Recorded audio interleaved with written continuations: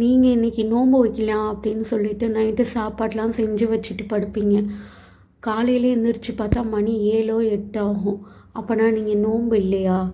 நீங்கள் நோன்பு தாங்க. நோன்புங்கிறது சாப்பிட்றதுனாலையோ சாப்பிடாததுனாலையோ கிடையாது. நோன்புங்கிறது நீயத்து, மன உறுதி தாங்க. அப்படின்னா நீங்கள் என்ன சஹர் செய்ய வேணான்னு சொல்கிறியான்னு கேட்குறீங்களா? இல்லைங்க, நீங்கள் சஹர் செய்யணும். நபி அதை சுன்னத்தா ஆக்கியிருக்காங்க. அவங்க வழிமுறைப்படுத்திட்டு போயிருக்காங்க. நீங்கள் சஹர் செய்ய முடியாத பட்சத்தில் நீங்கள் காலையில் எழுந்திரிச்சிங்க அப்படின்னா நீங்கள் நியத்தோடு இருந்தீங்க அப்படின்னா நீங்கள் நோன்பு தான். சஹரோட சாப்பாட்டில் பரக்கத்து இறங்குது.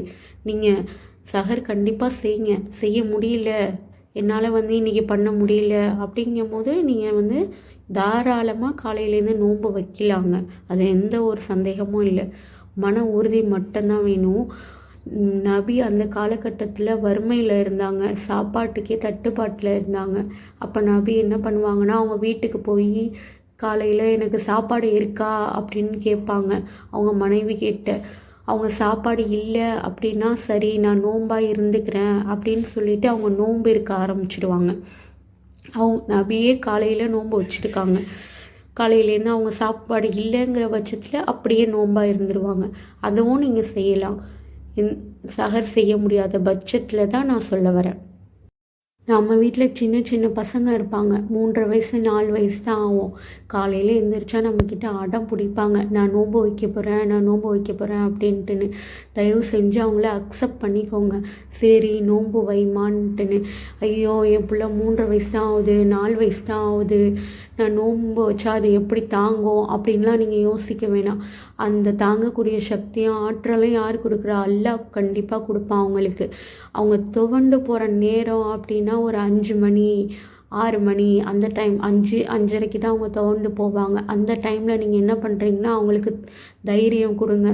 இன்னும் கொஞ்சம் நேரம் தாம்மா, காலையிலேருந்து நீ இருந்தல்ல, இன்னும் கொஞ்சம் நேரம் இருமா, நான் உனக்கு இது வாங்கித்தரேன் அது வாங்கித்தரேன், இன்னும் கொஞ்சம் நேரம் இருங்க அப்படின்னு சொல்லிவிட்டு அவங்களுக்கு தெம்பை கொடுங்க.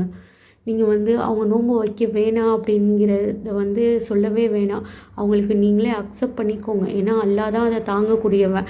அந்த பசங்க யாருமே தாங்கிறது கிடையாது. அவங்க அவங்க தானாகவே பழக ஆரம்பிச்சிடுவாங்க நோன்பை.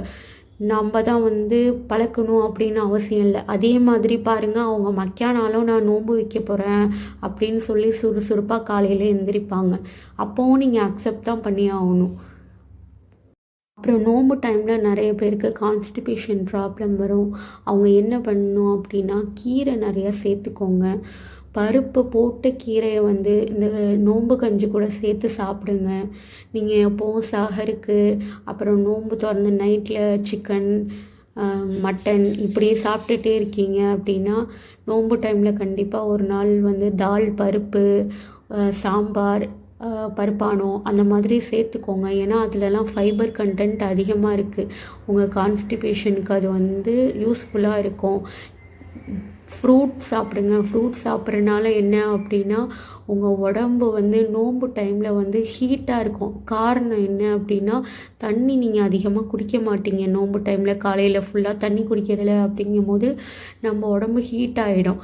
அப்படி இருக்கும்போது நீங்கள் கண்டிப்பாக ஃப்ரூட் சேர்த்து தான் ஆகணும். ஃப்ரூட் சேர்த்திங்க அப்படின்னா உங்களுக்கு கான்ஸ்டிபேஷன் ப்ராப்ளமும் இருக்காது.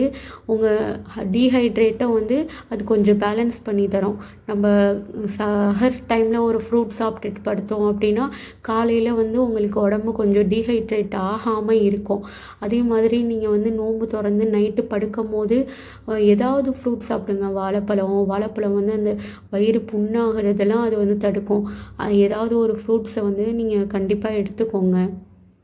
அப்புறம் நிறைய பேருக்கு எப்போது நம்ம யூஷுவலாக போடுற காரம் தான் ஆணத்தில். நம்ம 10 நோன்பு வச்சோம் அப்படின்னா 11வது நோன்புக்கு நம்மளோட நாக்கு உரைக்க ஆரம்பிக்கும்.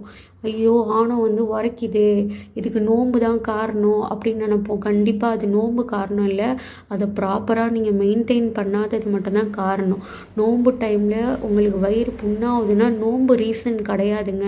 நீங்கள் அந்த நேரத்தில் நோன்பு திறக்கிற நேரத்தில் சப்ஜா சீடு, பிசினு, கடல் பாசி அந்த மாதிரி ஐட்டம்லாம் நீங்கள் சாப்பிட்ணும். நீங்கள் வந்து கூல் ட்ரிங்க்ஸ்லாம் நீங்கள் வந்து தவிர்த்துக்கணும். நீங்கள் வந்து பால் அந்த மாதிரி தான் நீங்கள் எடுத்துக்கணும். ஃப்ரூட்ஸ் எடுத்துக்கணும்னு சொல்லியிருக்கேன் ஃபஸ்ட்டே. நீங்கள் பால் அந்த மாதிரி எடுத்துக்கிட்டீங்க அப்படின்னா நீங்கள் வந்து சஹர் சாப்பாட்டில் கூட தேங்காய் பால் சாதம் அந்த மாதிரி ஏதாவது செஞ்சு சாப்பிட்லாம். அப்படி செஞ்சு சாப்பிடும்போது உங்களுக்கு வயிறு புண்ணு வந்து கம்மியாகும். வயிறு புண்ணு வந்து நீங்கள் நோன்பு வச்சனால கிடையாது, நீங்கள் வந்து அது ப்ராப்பராக மெயின்டைன் பண்ணாமல் விட்டனால. ஏன்னா நம்ம தண்ணியும் குடிக்கிறது இல்லை, ஃப்ரூட்ஸும் எப்போயாவது தான் சாப்பிட்றோம். இந்த சப்ஜா சீடு இதெல்லாம் சாப்பிடல அப்படின்னா நம்மளுக்கு பாடி ஹீட்டாகவும் கான்ஸ்டிபேஷன் ப்ராப்ளமும் வரும், வயிறு புண்ணும் ஆகும். இதுக்கெல்லாம் நீங்கள் தான் வந்து கரெக்டாக மெயின்டைன் பண்ணிக்கணும். அவ்வளோதாங்க. இந்த டிப்ஸ்லாம் நான் உங்கள் கூட ஷேர் பண்ணிக்கணும் அப்படின்னு நினச்சேன். அது மட்டும் இல்லாமல் உங்கள் பசங்களையும் நீங்கள் நோன்பு வைக்க சொல்லுங்கள் அப்படின்னு தான் நான் வந்து உங்ககிட்ட இதெல்லாம் ஷேர் பண்ணிக்கலான்னு நினச்சேன். உங்கள் நோம்பில் எனக்கும் துவா செய்யுங்க. இந்த வீடியோ ஃபுல்லாக பார்த்தீங்க அப்படின்னா எனக்கு கமெண்ட் செக்ஷனில் ஒரு சலாம் சொல்லி வைங்க. நீங்கள் எத்தனை பேர் பார்த்துருக்கீங்க அப்படின்னு நான் தெரிஞ்சுக்கிறேன். அஸ்ஸலாமு அலைக்கும்.